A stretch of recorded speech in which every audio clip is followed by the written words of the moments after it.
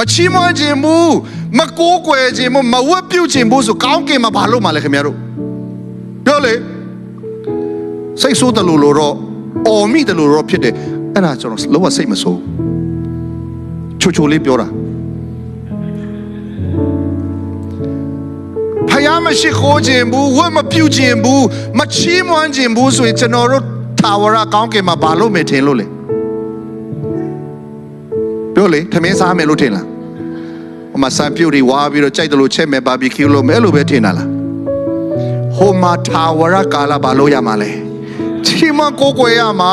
လက်ခုပ်တီးအောင် praise the Lord အခုကလေးကအဲ့ဒီချီးမွမ်းကိုးကွယ်ခြင်းမပျော်ဘူးဆိုရင်ကောင်းကင်မှာတော်တော်ပြင်းမယ်လုံးစရာမရှိဘူးကောင်းကင်မှာခင်ဗျာကောင်းကင်တွားဖို့တော့မတွိုင်းပိုကောင်းမလားဆိုပြီးတော့နောင်တရခြင်းတဲ့ဖွေတွေရှိကောင်းရှိတယ်ဟာထင်တာထက်ပိုပြင်းစရာကောင်းမယ်တပတ်မှာတခါကိုးကွယ်တာတော့မှနိုင်ဝက်လေးပါပဲ